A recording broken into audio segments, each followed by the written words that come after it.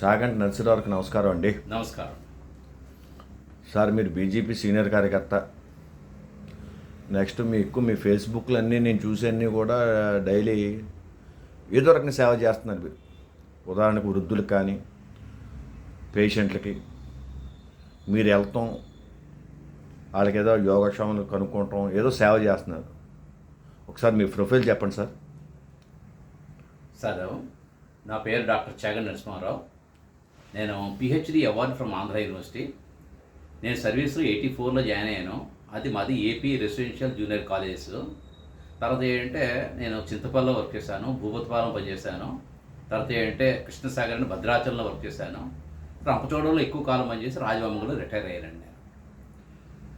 ఉమ్మడి ఆంధ్రాలోనా ఉమ్మడి జిల్లాలోనా మీరు? ఉమ్మడి ఆంధ్రప్రదేశ్. ఉమ్మడి ఆంధ్రప్రదేశ్లో 84 నుంచి పనిచేశాను నేను. తెలంగాణలో పనిచేశాను, ఆదిలాబాద్ కూడా చేశాను. ఆదిలాబాద్ ఉట్టినూరు అంచేదంటే నాకేంటంటే గిరిజన ప్రాంతాల్లో ఎక్కువగా పనిచేయడం వల్లనే నా పిహెచ్డి టాపిక్ కూడా గిరిజన వాళ్ళ యొక్క రాజకీయాల మీద నేను చేశాను. అదే గిరిజనుల్ని చాలా మోటివేట్ చేశారు. గిరిజనుల్ని పరిరక్షణ చాలా మీరు రక్షించారని చెప్పి, హక్కులు పరిరక్షించారని చెప్పేసి తెలిసింది. దాని గురించి 2 విషయాలు చెప్పండి సార్. అవును, నేను ఫస్ట్ ఏంటంటే నేను పనిచేసిన ప్రాంతాల్లో గిరిజనుల గురించి ప్రత్యేకంగా ఒక పుస్తకం రాయడం అనేది జరిగిందన్నమాట. అందులో ఫస్ట్ ఏంటంటే భద్రాచలం పార్లమెంట్ నియోజకవర్గ చరిత్ర అన్నమాట. అంటే నా డాక్టరేట్లో ఫస్ట్ ఒక చాప్టర్ ఇది పొలిటికల్ ఇన్స్టిట్యూషన్స్ ఎలా వర్క్ చేస్తున్నాయి అనే దాని మీద ఒక అవగాహన కల్పించాలని పిల్లలకి. మా స్టూడెంట్స్ బీఈడి కాలేజ్ ఉండేవాళ్ళు. నేను ఓపీ యూనివర్సిటీ స్టడీ సెంటర్లో కూడా నేను కౌన్సిలర్గా వర్క్ చేసేవాడిని. నేను అండ్ పీజీ వాళ్ళకి కూడా చెప్పేవాడిని, ఎంపీల వాళ్ళు కూడా నేను సూపర్వైజ్ చేసేవాడిని. అంటే ఈ రకంగా ఏంటంటే నా సర్వీసెస్ ఎక్కువగా నా గురుకులాల్లో అంటే ఏపీ ట్రైబల్ వెల్ఫేర్ రెసిడెన్షియల్ ఇన్స్టిట్యూషన్స్లో నేను ప్రిన్సిపల్గా పనిచేసి రిటైర్ అయ్యానండి 2017లో. అది మీరు ఇంకా పుస్తకాలు రాశారన్నారు. అవును, దాన్ని ఇంకేంటే నాది యాక్చువల్గా ఏంటంటే నాకు సార్ ఒక్క నిమిషం, పుస్తకాల ముందు అంటే మీరు వెళ్ళినప్పుడు ట్రైబల్ ఏరియా ఎలా ఉండేది, మీరు అక్కడి నుంచి వచ్చిన తర్వాత ఎంత డెవలప్మెంట్ చేశారు, 2 విషయాలు చెప్పండి సార్. సార్, నేను వెళ్ళినప్పుడు ఏంటంటే ఒక రకమైనటువంటి ప్రశ్నించే తత్వం అనేది ఉండేది కాదు ఏ స్టూడెంట్కి కూడా. చెప్తే వినడమే. కానీ ఏంటంటే తర్వాత మీరు ఉన్న ఏరియా కూడా చాలా వెనకబడ్డ ప్రాంతం, చాలా వెనక ప్రాంతం. నేను అందులో అక్కడ పిల్లలు కూడా ఏంటంటే చాలా వెరీ డిసిప్లైన్. అందులో మాకు నిజంగా నేను 4 రోజులు సెలవు పెట్టి మా ఇంటికి వస్తే పిల్లలు బెంగట్టుకునేవారు. మాకు రెసిడెన్షియల్ స్కూల్స్లో ఏంటంటే లోకో పేరెంట్ సిస్టమ్ ఉంటుందండి. అంటే దాదాపు 40 మంది పిల్లలకి ఒక్కొక్క టీచర్కి ఒక్కొక్క లెక్చరర్కి ఒక లోకో పేరెంట్గా ఉంటాడనమాట. అంటే వాళ్ళ యొక్క బాధ్యత, వాళ్ళ భోజనం ఆహారంగా విషయంలో కానీ, ఆరోగ్య విషయంలో కానీ, చదువు విషయంలో కానీ లోకో పేరెంట్ సిస్టమ్ అంటే తండ్రి కిందే ఉంటాడనమాట, గార్డియన్ కింద. అందుకే అంటే we have maintained a cordial relation as a father and son. ఆ రకంగా ఏంటంటే ఒక పవిత్రమైన వ్యవస్థలు ఇప్పటికి కూడా మా పిల్లలు ఎక్కడో వాడు జెట్ రైలులో ఇంజనీర్ అయినా సరే వాడు నాకు ఫోన్ చేస్తుంటాడు. మా స్టూడెంట్స్ భూపతిపాలెంలో నేను ఎక్కువ వర్క్ చేశాను, చింతపల్లిలో వర్క్ చేశాను, అలాగే కృష్ణసాగర్లో పనిచేశాను, కిన్నెరసాన్లో వర్క్ చేశాను, అలాగే ఆదిలాబాద్ ఉట్నూరులో వర్క్ చేశాను. నా దగ్గర స్టూడెంట్స్ పనిచేసిన వాళ్ళందరూ కూడా ఏంటంటే అందరూ ఆల్మోస్ట్ ఐఏఎస్ ఉన్నారు, ఐపీఎస్ ఉన్నారు, బ్యాంక్ ఆఫీసర్స్ ఉన్నారు, అలాగే సైంటిస్టులు ఉన్నారు. ఇప్పుడు జెట్ ట్రైన్ అయినా ఇప్పుడు ఒక గుజరాత్లో ఒక పైలట్ ప్రాజెక్ట్లో దానికి మేనేజర్ అన్నమాట మా స్టూడెంట్. రోజు ఫోన్ చేస్తాడు నాకు. వాళ్ళ అబ్బాయిని కూడా వాళ్ళ అబ్బాయికి నా అసిస్ట్ తీసుకుని పెద్దాపురం నవోదయాలో జాయిన్ చేశాడండి. అంటే ఏంటి ఎక్కువగా నాకు స్టూడెంట్స్తో ఎక్కువగా నాకు పార్టీలో కూడా ఏంటంటే నేను ఎందులో పార్టీలో చేరిన తర్వాత కూడా ఏంటంటే మెయిన్ నా ఉద్దేశం ఏంటంటే నా యొక్క కాన్సన్ట్రేషన్ ఎవరిది ఏంటంటే వయోవృద్ధుల మీద ఉంటుంది. తర్వాత ఏంటంటే యువత మీద ఉంటుంది అన్నమాట. యువత ఏంటంటే దిశానిర్దేశం జాగ్రత్తగా చేసినట్లయితే అంటే పెద్దవాళ్ళ యొక్క మార్గదర్శకత్వంలో పిల్లలు ఎదిగినట్లయితే ఆ యొక్క సమాజం కానివ్వండి, దేశం కానివ్వండి ఉజ్వలంగా ఉంటుందన్నమాట. అంటే డిసిప్లిన్ అనేది ఎక్కడ లేకపోయినట్లయితే, పెద్దవాళ్ళని గౌరవించాలనే ఒక రకమైన కాన్సెప్ట్ అనేది లేకపోయినట్లయితే అది వాళ్ళకి ఇండిసిప్లిన్ అనేది ఏర్పడుతుంది. వాళ్ళ జీవితం అనేది క్లోజ్ అయిపోతుందన్నమాట. No prosperity. అదే లక్ష్యంతో నేనంటే గురుకులాల్లో కానీ ఇప్పటికైనా సరే నా పిల్లలకి బీఏ కానీ డిగ్రీ కాలేజ్ స్టూడెంట్స్ కానీ నేను వాళ్ళు అడిగినా అడగకపోయినా నేను వాలంటరీగా వెళ్ళి నేను మా కౌన్సిలింగ్ ఇస్తుంటాను. అంటే పర్సనాలిటీ డెవలప్మెంట్ అంచేత నేను వీడియోస్ కూడా ఎక్కువ పిల్లలకి డే ఆఫ్టర్ డే రోజు ఎక్కువ నేను ఎదుటి సబ్జెక్ట్ మీద నేను ఇస్తుంటాను వాళ్ళకి. సార్, మీ స్వగ్రామం మీద కూడా పుస్తకం రాశారన్నారు, దాని గురించి చెప్పండి. మాది అనపర్తి మండలం కుతుగులూరులో మా ఊరు ప్రెసిడెంట్ సత్య సూర్య బ్రహ్మాందరెడ్డి గారు ఉండేవాడు. ఆయన ఏంటంటే చాలా వెటరన్ అన్నమాట, చాలా మంచి. మా నాన్నగారు స్టూడెంట్ అయినా ఆయన ఏంటి మాస్టారు ఇలా భద్రాచలంలో మీరు బుక్ రాశారు బాగానే ఉంది, మరి మన ఊరు గురించి ఇంకేమీ మీరేం రాయరా, మీరు మా ఊరి నుంచి వెళ్ళారు మీరు ఇంత పెద్ద స్థాయికి, మీరు రాయరా అంటే అప్పుడు మా ఊరి గురించి రాశానండి. అంటే ఎక్కువ రెడ్డిస్ ఉంటారన్నమాట. ఈ పుస్తకం ఏంటంటే వాళ్ళు ఏ రెడ్లు వాళ్ళ యొక్క గోత్రాలు ఏంటి, ఎవరి పిల్లల్ని సంబంధాలు పెళ్లి చేసుకోవడానికి కూడా ఈ పుస్తకం ఎంతో ఉపయోగపడుతుందన్నమాట. అంటే మా ఊరిలో ఒక అబ్బాయి అతను ఐఎఫ్ఎస్కి వెళ్ళాడు, అతను ఐఈఎస్ అని ఇంజనీరింగ్ సర్వీస్కి వెళ్ళాడు. వెళ్ళినప్పుడు ఏంటంటే వాళ్ళు ఇంటర్వ్యూలో అడిగారు, ఏమంటే బాబాయ్ మీది కుతులూరు అంటున్నాం కదా, ఏంటి మీ కుతులూరు గొప్ప ఏమిటని. ఈ బుక్ చూపించి ఇదేంటి సార్ మా ఊరిలో ఏంటి చేసిన వాడు ఏంటంటే డైరెక్టర్స్ ఉన్నారు, సినిమా డైరెక్టర్స్ ఉన్నారు, ఎమ్మెల్యే ఉన్నారు, ఎమ్మెల్యే చేశాడు నల్లమల శేషారెడ్డి గారు మా ఊరండి, ఆదిత్య విద్యా సంస్థలు. ఎందుకంటే ఐ ప్రౌడ్లీ సే ఇప్పుడు రాజమండ్రి హైదరాబాద్లో మెట్రో ఉందండి, మెట్రో డైరెక్టర్ ఎన్విఎస్ రెడ్డి మా ఊరండి, కేఎస్ రెడ్డి ఇదివరకు డైరెక్ట్ నృత్య దర్శకుడు ఉండేవాడు, ఆయన మా ఊరు. అంటే ఏంటి డాక్టర్స్ అండి, గొల్లారెడ్డి గారు, ఇంకేంటి ఏ కృష్ణారావు గారు, ఏకే రావు గారు, ఐ హాస్పిటల్ చాలా ఫేమస్. అవును అప్పుడు ఉంది కదా ఐ హాస్పిటల్ అనపర్తి, ఎక్కడెక్కడి నుంచి వచ్చారు. అవును. అంటే ఈ పుస్తకంలో నేను ఎవరైనా సరే చదివినట్లయితే ఒక ఊరు, మా ఊరు వెళ్ళక్కలేదు. విజయశాంతి కూడా మీ ఊరేనా? ఏమండి విజయశాంతి అనపర్తి ఆవిడ, అనపర్తి. అది మా ఎస్వి కృష్ణారెడ్డి కుంకుదురండి ఇది. అది మాది కుతుకులూరు అండి. ఎన్ బుల్లేరెడ్డి ఉండేవాడు, కేఎస్ రెడ్డి ఉన్నాడు, ఎన్విఎస్ రెడ్డి ఏమో మెట్రో డైరెక్టర్, శేషారెడ్డి గారు ఏమో ఎమ్మెల్యే చేశాడు. రెడ్డి రాజులు పరిపాలించారు. రెడ్డి రాజులకి రెడ్డి నాడికైనా బంధం ఉందో? మన రాయమండ్రి రెడ్డి రాజులు పరిపాలించారు. ఉండొచ్చు. అదే అంటే నేను అంత లోతుగా పరిశీలించలేదు. నేను నాది ఎంతవరకు ఏంటంటే నా ఉద్యోగము భద్రాచలం ఉండేది. ఈ బుక్ రాసేటప్పుడేమో నా యొక్క ఫ్యామిలీ హైదరాబాద్లో ఉండేది, మా పిల్లలు చదివారు. నేను ఇక్కడ అంటే ట్రయాంగిల్లో తిరిగివాడిని నేను. విజయశాంతి ఎవరు ఇంటి పేరు ఏంటండి? ఇది సార్ నాకు ఈ సెకండ్ బుక్ చెప్పండి. నెక్స్ట్ ఇప్పుడు ఏదో రాజకీయ నాయకులు మహాత్ముల గురించి ఏదో రాశారన్నారు మీరు. ఆ మహాత్ముల గురించి అంటే ఇప్పుడున్న జనరేషన్ ఏం చెప్తాం అనుకుని మీరు రాశారు చెప్పండి. అంటే నా సాధారణంగా ఏంటంటే రోజు స్కూల్లో కానీ కాలేజీలో కానీ అసెంబ్లీ జరుగుతుందండి. అసెంబ్లీ తీసుకుంటారంటే అటెండెన్స్ తీసుకుంటారు, ఏదో ఆవేళ ఎవరైనా బాగున్నారనేది చేస్తారు. కానీ అసలు ఒక హెడ్ మాస్టర్ కానీ ఒక ఫ్యామిలీ కానీ ఫ్యామిలీకి హెడ్ ఒక మెసేజ్ ఇవ్వాలి, అలాగే ఒక స్కూల్కి హెడ్ ఒక మెసేజ్ ఇవ్వాలి పిల్లలకి, ఈరోజు ఇది ప్రాధాన్యత, ఇది the importance of the day అనేది చెప్పాలి. కానీ నేను చాలా అబ్జర్వ్ చేశాను, ఏదో చాలామంది ప్రిన్సిపాల్స్ హెడ్ మాస్టర్స్ ఉంటారు కానీ ఏదో నమస్కారం పెట్టడం చేసేయడం అయిపోవడమే తప్ప, కానీ అలా కాదండి మాస్టర్, ఇది బుక్ నేను అంటే ఈరోజు ప్రాధాన్యత అంటే జనవరి 1 నుంచి స్టార్ట్ చేశానండి, డిసెంబర్ 31 దాకా ఉంటుందన్నమాట. ఏ రోజు శాస్త్రవేత్తలు కానీ వైద్య శాస్త్రవేత్తలు కానీ పొలిటీషియన్స్ కానీ మ్యూజిషియన్స్ కానీ వీళ్ళందరి యొక్క ఇంపార్టెన్స్ వాళ్ళ యొక్క పుట్టుగా అట్ ఎ గ్లాన్స్ మాట నేను ఇచ్చింది మాట అంతా. టేక్ ఫర్ ఎగ్జాంపుల్ మన 3వ తారీఖు ఇది చూడండి, నవంబర్ 3. అలాగే క్రొబుల్ లింగరాజు గారు అంటే రాజమండ్రి కాదు, మొత్తం అంతా ఏపీ కాదు, అంత దేశానికి సంబంధించినట్టు కేఎల్ రావు గారు ఇప్పుడు పుట్టారు. అంటే ఆ రోజు సర్దార్ వల్లభాయ్ పటేల్ అంటే ఏంటి జస్ట్ అంటే సినాప్సిస్ కింద ఇస్తాను అనమాట, అంతకంటే లేదు. ఇది పిల్లలకు చాలా ఉపయోగపడి ఉంటుందని ఉద్దేశంతో. రాయమండ్రి చరిత్రలో మరి చాలామంది అంటే ఫ్రీడమ్ ఫైటర్స్లో అప్పుడు ఎక్కువ వీడియోస్ ఇండియా మొత్తం మీద ఎక్కువ వీడియోస్ జైలుకి వెళ్ళింది మన రాజమండ్రి. అవును. నెక్స్ట్ పూర్ణయ్య గారు అని ఒక ఆయన ఉన్నాడు, మద్దూరు పందిరి మహాదేవుడు, కందుకూరు వీరేశ్వర, మరి వాళ్ళ చరిత్ర రాశారా? వాటి మీద నేను అంటే ఇప్పుడు నేను రాజమండ్రి పార్లమెంటరీ నియోజకవర్గ చరిత్ర అని బుక్ రాయబోతున్నాను. అందులో గోదావరి తీరంలోనే స్వాతంత్ర సమరయోధులు అనేది మొత్తం ఒక టాపిక్ ఉందండి, అది మాత్రం నేను ఎలివేట్ చేస్తాను. అది అంటే రాయమండ్రికి ఉన్న ఘన చరిత్ర, రాయమండ్రి తెలుగు భాష పుట్టింది ఇక్కడ. అవును, నన్నయ్య ఆయన మహాభారతం రాసింది. మరి ఇవన్నీ కూడా ఎక్కువ మరి రాయమండ్రి మీద ఎందుకు మీరు దృష్టి సారించలేదు? అయింది ప్రాసెస్ నేను ఏం చేయండి ముందండి అది. కానీ అంటే కొన్ని అంటే ఒక రాజమండ్రి పార్లమెంట్ చరిత్రని ఒక పొలిటికల్ యాంగిల్లో నేను రాయటం లేదు. అంటే ఏదో రాయమండ్రి పార్లమెంట్ అంటే భద్రాచలం కూడా ఉండేది. భద్రాచలం ఉండేది ఇదివరకు పూర్వం. చెర్ల కూడా ఉందండి అప్పటిదాకా. అంటే 1962 దాకా కూడా ఈస్ట్ గోదావరిలో ఉండేది. అదండి. తర్వాత ఏంటంటే అది భద్రాచలం అయిపోయింది. వెంకటరావు గారు పుణ్యం అంటూ అది అటు ఇటు కలిపేశారు. అంటే అప్పటిదాకా ఏంటంటే ఆ వెంకటరావు గారి టైంలో అండి అది. తర్వాత ఏంటంటే ఇది మనకి పొలిటికల్ స్టడీయే కాదు నాది ఓన్లీ. అంటే భారతదేశ చరిత్ర సంస్కృతి అని ఎలా అవుతూ ఉంటుందో అలాగే రాజమండ్రి నియోజకవర్గ చరిత్ర సంస్కృతి అనే టైటిల్ అంతేనది.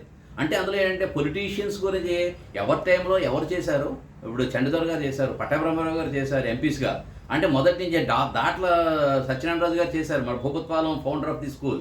అంటే వాళ్ళందరికీ కూడా ఏంటంటే జస్ట్ ఒక సినాప్సిస్ కింద ఇస్తాను నేను. ఇప్పుడు ప్రజెంట్ ఉన్న పార్లమెంట్ మెంబర్ గురించి ఇన్ బ్రీఫ్ మనం ఇది కూడా ఇవ్వడం జరుగుతున్నట్టు. అంటే ఎవరి ప్రగతి, ఎవరి టైంలో ఎక్కువ అచీవ్మెంట్స్ ఉన్నాయనేది కూడా జస్ట్ టూకీగా. అంటే పాఠకుడు కూడా ఏంటంటే ఇంట్రెస్ట్గా చదవడానికి, ఇప్పుడు చదవడానికి కూడా ఏంటంటే మనం సెల చూడడానికి యువత ఎక్కువ ప్రాధాన్యత ఇస్తున్నారు, కానీ పుస్తకం బుక్ రీడింగ్ అనేది తగ్గిపోయింది. అది నెక్స్ట్ ఇంకే పుస్తకం రాశారు సార్ మీరు? ఇది నేను రాసింది ఏంటంటే రంపచోడవరం అసెంబ్లీ చరిత్రని రిటైర్మెంట్ కావడం రాశాను ఇది. అంటే నేను ఇన్నేళ్ళు పనిచేసిన తర్వాత మనకు రంపచోడవరానికి ఒక గిరిజన ప్రాంతానికి నేను వాళ్ళ గిఫ్ట్ ఇవ్వాలని ఉద్దేశంతో రాశాను. మా పిఓ గారు అప్పుడు 2017లో ఇది ఇనాగ్రేట్ చేశారు. తర్వాత ఏంటంటే వయోవృద్ధులు, మరి నాకు చాలా ఇంట్రెస్ట్ సబ్జెక్ట్ ఇది. అంటే నాకు చిన్నప్పటి నుంచి కూడా అంటే పెద్దల్ని గౌరవించాలి. కుటుంబంలో చాలామంది ఏంటి సినిమాల్లో కూడా నేను ఖండిస్తూ ఉంటాను, పెద్దల మీద జోకులు వేయటం, పెద్దల్ని టీచర్స్ని ఇన్సల్టింగ్గా మాట్లాడటం, వాళ్ళ కామెంట్స్ చేయటం, అది I completely against to that ఆ యాటిట్యూడ్. అదే రకంగా నాకేంటంటే పిల్లల్ని కూడా పెంచాలని, జాగ్రత్తగా పిల్లల్ని పెంపకంలో కూడా ఏంటంటే ఈ పుస్తకంలో మంచి అది ఎలా పెంచాలి పిల్లల్ని అనే దాని మీద, పిల్లలు ఎలాగా పెరిగిన తర్వాత తల్లిదండ్రులను ఎలా చూడాలనేది కూడా ఇందులో రాశారు. అంటే మీ టైంలో పిల్లల్ని కొద్దిగా బందలించేవారు, అప్పుడు విద్యా వ్యవస్థ ఎలా ఉంది, ఇప్పుడు విద్యా వ్యవస్థ ఎలా ఉంది? అప్పుడు విద్యా వ్యవస్థకి ఇప్పటికీ చాలా తేడా ఉందండి. కనీసం మనం టంగ్ స్లిప్ అయినా మనకి కేసు పెట్టేస్తున్నారు. అంటే గొప్పని ఏదైనా మాట అన్నా సరే కొట్టక్కలేదు, కొడితే ఇంకా జైలు పాలేవాడు. అంటే మీరు అప్పుడు కొట్టబట్టే తెట్టబట్టి మీ పిల్లలు, మీ స్టూడెంట్స్ ఐఏఎస్ ఐపీఎస్ సైంటిస్టులు అయ్యారు. అంటే సాధారణంగా ఏంటంటే ఇప్పుడు అది గుర్తించట్లేదా? మాకు నాన్నగారి యొక్క ఇది రావడం వల్ల ఏంటంటే కొట్టడం ఎక్కువ, కాస్త అరుస్తాను, గట్టిగా అరిచేవాడిని. ఇక్కడ నుంచి ఏంటంటే ఇస్తే క్లాస్ అంతా వాళ్ళు పక్క వాళ్ళు కూడా ఏంటంటే కాస్త సైలెంట్ అయిపోయేవారు అనమాట.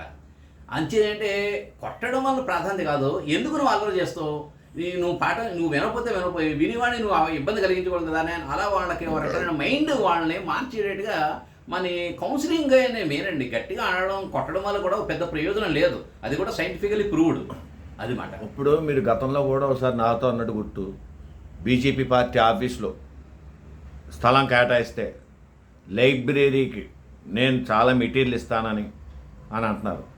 అంటే ఏంటి దాని ఉద్దేశం? మీరు ఏం లేదండి, మనకి ఏ పొలిటికల్ పార్టీ అయినా సరే లీడర్ కానివ్వండి, కార్యకర్త కానివ్వండి, పార్టీ గురించి తెలుసుకోవాలి, పార్టీ నాయకుల గురించి తెలుసుకోవాలి, వాళ్ళ యొక్క కాంట్రిబ్యూషన్స్ గురించి తెలుసుకోవాలి, వాళ్ళు ఏ సేవ చేశారు, ఎలా వాళ్ళ యొక్క త్యాగం చేశారని తెలుసు. ఇప్పుడు ఎవరికి ఏం తెలియదు.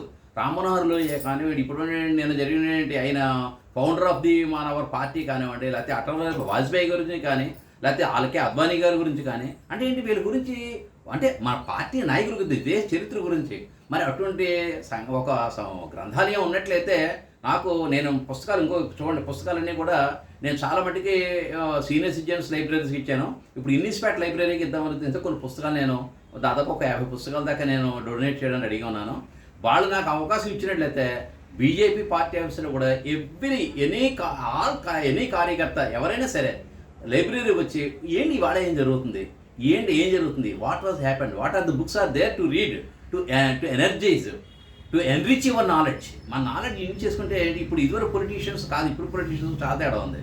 ఇంకేంటే మనకి ఏమిటంటే మీ బీజేపీలో చేరడం వల్ల మాకు ఏంటి ఉపయోగం అని అడిగినట్లయితే we should be in a position to satisfy the incumbent అని ఆ రకంగా మేము ఈ పథకాలు ఉన్నాయమ్మా, ఈ మోడీ గారు ఇలా ఇచ్చారు, 70 సంవత్సరాలు అయితే మీకు ఉందనేటప్పటికీ సరే. అంటే ఇప్పుడు వచ్చే రాజకీయవేత్తలు అందరూ కూడా కడకి పోటుకో పార్టీలో ఉంటున్నారు. అవును. ఇప్పుడు బీజేపీలో జాయిన్ అయిన కొత్త వారికి కానీ పాత వారికి కానీ రాజకీయ నాయకుల చరిత్ర, మన రాయమండ్రి చరిత్ర లాంటివి ఏమైనా చెప్పదలుచుకున్నారా మీరు? అంటే ఒకటి సార్, అంటే ఇప్పుడు చాలామంది మాట్లాడుతూ రావట్లేదు, చాలామంది ఏంటనే తెలియట్లేదు, దాని మీద మీరు ఏం చెప్పదలుచుకున్నారు? మనం ఏంటంటే ట్రైనింగ్ ఏం ఇస్తారా? రాజమండ్రి ఇది నాకు పొలిటికల్ సైన్స్లో డాక్టరేట్ ఉంది కాబట్టి పొలిటికల్గా ఒక లీడర్స్ కానివ్వండి, ఇది ఆల్రెడీ మన పార్టీలో కూడా ఉందండి, శిక్షణా తరగతులు, వాళ్ళ ఏ పొలిటికల్ ఫిలాసఫీ, తర్వాత ఏంటంటే వాళ్ళ యొక్క సిద్ధాంతం, థియరీసు అవన్నీ కూడా ఉన్నాయి. కానీ అంటే అది కాస్త ప్రతి కార్యకర్తకి తెలియచెప్పడం ద్వారా పార్టీ కూడా కాస్త వాళ్ళకి ఆర్థికంగా భరోసా ఇచ్చినట్లయితే కాస్త మరింత యాక్టివ్గా పార్టీ కార్యక్రమాల్లో పాల్గొనడానికి వీలుగా ఉంటుందండి. ఎవరికి ఏంటంటే ఆర్థికంగా? ప్రతి కార్యకర్త కూడా ఇప్పుడు ఇంట్రెస్ట్లో జాయిన్ అవుతున్నారండి. ఆ జాయిన్ అయిన వాళ్ళు పార్టీ కార్యక్రమాల్లో పాల్గొవాలనుకున్నట్లయితే అందరూ కూడా ఏంటంటే బిలో ది పావర్టీ లైన్, అంటే ఆర్థికంగా ఏదో పెన్షన్ ఉంది, ఇప్పుడు నాకు ఉందండి, నాకు పెన్షన్ వస్తుందండి, I can participate in all the programmes irrespective of any programme. But వేరే అదర్ పీపుల్ కాస్త జీవనోపాధి ఉద్యోగం లేని వాళ్ళు ఉంటారు, సరిగా వ్యాపారం చేసుకునే వాళ్ళు ఉంటారు, వాళ్ళకి అవకాశం లేకపోవచ్చు. ఇంకా అసలు అవకాశం ఉండి సరిగా పాపం జీవనాన్ని గడపడానికి కూడా అవకాశం ఆర్థిక పరిస్థితులు తక్కువగా ఉండొచ్చు. అలాంటి పార్టీ ఎప్పుడు కూడా ఆర్థికంగా సాయం చేసిన ఏ చరిత్రలో ఏ పార్టీలో లేదండి. లేదు, ఉందండి.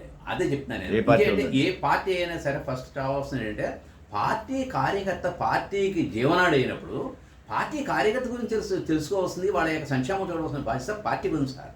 మరి కావాలంటే ఏ పార్టీకైనా చూడండి, వాళ్ళకి ఇన్సూరెన్స్ ఉంది ఫస్ట్. మన పార్టీకి ఇన్సూరెన్స్ లేదు. పార్టీ కార్యకర్త ఏదైనా జరిగినట్లయితే, హాస్పిటల్ అయినట్లయితే ఏమో మనం పార్టీ నాయకులనేమో మనం భరోసా ఇవ్వాలి, పార్టీ భరోసా ఇవ్వాలి. మరి ఏమీ లేకపోతే తిరుగుతారండి. ఏంటి మనకు మాట కట్టొచ్చాను. ప్రధానమంత్రి యోజన పథకం కూడా మనకు కూడా ఉందండి, మన పార్టీ తరఫున కూడా. మీరు అన్నట్టు అందరికీ ఎలిజిబిలిటీ లేకపోవచ్చు, అది ప్లస్ ఉండటమైతే మాత్రం ఉంది. అది జనరల్గా మీరు పార్టీలో ఉండలేకపోయినా ఉంటుంది. అలా కాదు నేను చెప్పేది. ఇప్పుడు టేక్ ఫర్ ఎగ్జాంపుల్ కొన్ని పార్టీస్ ఉన్నాయండి, వాళ్ళకి ఇన్సూరెన్స్ కవరేజ్ ఉంటుంది, మన దానికి లేదు కదా. అది నేను అనేది ఇప్పుడు పార్టీ కార్యకర్త అంటే సామాన్యుడు అంటే జస్ట్ మిడిల్ క్లాస్ కార్యకర్త గురించి నేను మాట్లాడుతున్నాను. నాలాంటి వాడి గురించి నేను మాట్లాడను. ఇంకేం నాకు పర్వాలేదు, నా డబ్బులు ఉన్నవాడు జమీందారు వాడు పార్టీలో ఉన్నా లేకపోయినా వాడు రాకపోయినా ఓ రోజు ఇంట్లో గురించి ఆలోచించుకుని పార్టీలో రావాలంటే కష్టం కదా వాడికి. అది అటువంటి వాళ్ళ గురించి కొద్దిగా జీవన పరిస్థితులు మారిస్తే బాగుంటుందని నా ఆలోచన, అంతకంటే ఏం లేదు. ఫైనల్గా ఇంకేంటి సార్ మీ దగ్గర నుంచి? మీరు ఇంకా పుస్తకాలే వస్తున్నాయి అంటున్నారు, దాని గురించి చెప్పండి. అంటే నాది ఏంటంటే డైలీ కూడా ఏంటంటే నాకు పార్టీ వారు నా యొక్క కాస్త చొరవగా కాస్త నా యొక్క కాంట్రిబ్యూషన్స్ పబ్లిక్కి ఇవ్వడం వల్లనే నాకు ఏంటంటే పార్టీలో జాయిన్ అయిన తర్వాత నాకు 1.5 year 2 yearsకే జిల్లా స్థాయిలో ధార్మిక శాల కన్వీనర్గా ఇచ్చారండి సార్. మీరు ఏం డెవలప్మెంట్ చేశారు ధార్మిక శాలలో? ఏమేమి చేశారు? నేను ఏం చేశానంటే అది కూడా చెప్తున్నాను. నేను ప్రతి పాఠశాలలోనూ కూడా, ప్రతి దేవాలయంలో కూడా పిల్లలకి భారతదేశం అందులో మనకి బీజేపీ పార్టీకి ఎందుకు ఈ యొక్క ధర్మం దేశం కోసం పాటుపడే పార్టీ ఏదైనా జాతీయ పార్టీ ఉందంటే మన బీజేపీ అని మనం చెప్తాం. అసలు ధర్మం అంటే ఏంటి అంటే, ధర్మం అంటే ఎదుటివారి యొక్క కష్టాలు మనం పంచుకోవటం, ఎదుటివారి బాధల్ని మన బాధలుగా మనం భావించడం, తర్వాత ఏంటంటే ఎదుటివారికి సేవ చేయటం, పెద్దల్ని గౌరవించడం, మన యొక్క సనాతన సాంప్రదాయాలు ఉంటాయి. సనాతన ధర్మం గురించి మనం ధార్మిక శాల అనగానే ఏంటంటే మనకి హిందూ ధర్మం గురించి మనం పిల్లలకి చెప్పడం. ఏ రకంగా డెవలప్మెంట్ చేశారు మీరు? చాలా మందికి ఏంటంటే భగవద్గీత పఠనం, భగవద్గీత అనేది మెయిన్ రామాయణం కానివ్వండి, మహాభారతం కానివ్వండి, భాగవతం కానివ్వండి, ఇవి పిల్లలకు పరిచయం చేయడం ద్వారా, అంటే పిల్లలకి ప్రతి దేవాలయంలోనూ కూడా ఈ భగవద్గీత శ్లోకాలు పఠించడం ద్వారా, ఆ క్లాసెస్ పెట్టడం ద్వారా నేను కొంతవరకు నేను నా యొక్క విధిని నేను నిర్వహించడం అనేది జరిగింది. తర్వాత ఏంటంటే మండల స్థాయిలో కూడా ధార్మిక సెల్ మన యొక్క కన్వీనర్ని నిర్మించడం జరిగింది. ప్రతి అసెంబ్లీ నియోజకవర్గాల్లో కూడా ఏంటంటే ధార్మిక కార్యక్రమాలు అంటే ఏంటి, చాలామందికి ఏంటంటే ఒక ఈ ఆధ్యాత్మిక కార్యక్రమాలనే కాదు, ధార్మిక కార్యక్రమాలు ఏంటి చారిటీ ప్రోగ్రామ్స్, అలాగే ఏంటంటే ఉపనిషత్తుల గురించి, అలాగే అంటే మన యొక్క ప్రతి పండగల యొక్క ప్రాశస్యం గురించి, ఇవన్నీ కూడా పిల్లలకి చెప్పడం అనేది నా యొక్క ధర్మంగా నేను భావించి, ఇది ఏంటి అంటే పెద్దలు చెప్తేనే పిల్లలు నేర్చుకుంటారు. అంటే ఏంటి, పెద్దలు చెప్పవలసిన బాధ్యత ఉంది. అంటే కుటుంబంలో పెద్దదికి పెద్దలని మనం గౌరవించాలి, తల్లిదండ్రిని మనకి తల్లిని మన యొక్క సార్ మీరు ధార్మిక శాల కన్వీనర్గా అయ్యారు, ఇవన్నీ చెప్పొచ్చారు. మీ వల్ల ఎంతమంది మారారు, వాళ్ళకి విద్యార్థులకి ఏ రకంగా చెప్పారు ఏంటి చెప్పండి ఒకసారి. ఈ ధార్మిక శాల కన్వీనర్గా విద్యార్థులకి చిన్నతనం నుంచి కూడా ఈ ఇతిహాసాల పట్ల, తర్వాత ఏంటంటే ఈ యొక్క తల్లిదండ్రులను గౌరవించాలని, అలాగే ఏంటంటే ధర్మాన్ని కాపాడమని, తర్వాత ఏంటంటే వాళ్ళలో రకమైన వ్యక్తిత్వ వికాసానికి ఎంతో మార్పు చేయడం అనేది కూడా నేను జరిగింది. దీనికోసం ఏంటంటే మన యొక్క మహాభారత గ్రంథాలు, రామాయణ గ్రంథాలు కూడా అవి వాటి చదవాలి, భగవద్గీత శ్లోకాలు కూడా నేర్చుకోవాలని వాళ్ళకి చైతన్యపరచడం అనేది జరిగింది. లాస్ట్గా ఏంటంటే సార్ భద్రాచలం పార్లమెంటు నియోజకవర్గ చరిత్ర మీరు ఎప్పుడు ఏ సంవత్సరంలో రాశారు చెప్పండి సార్. 2003 ఉంది. నెక్స్ట్ ఇంకో పుస్తకం రాశారు వయోవృద్ధుల సంక్షేమ సంరక్షణ, అది 2017 అండి. రంపచోడవరం అసెంబ్లీ నియోజకవర్గ చరిత్ర 2015 అండి. కుతుకులూరు అది 2007 అండి. మహనీయులు చరిత్ర 2014 రాశారు.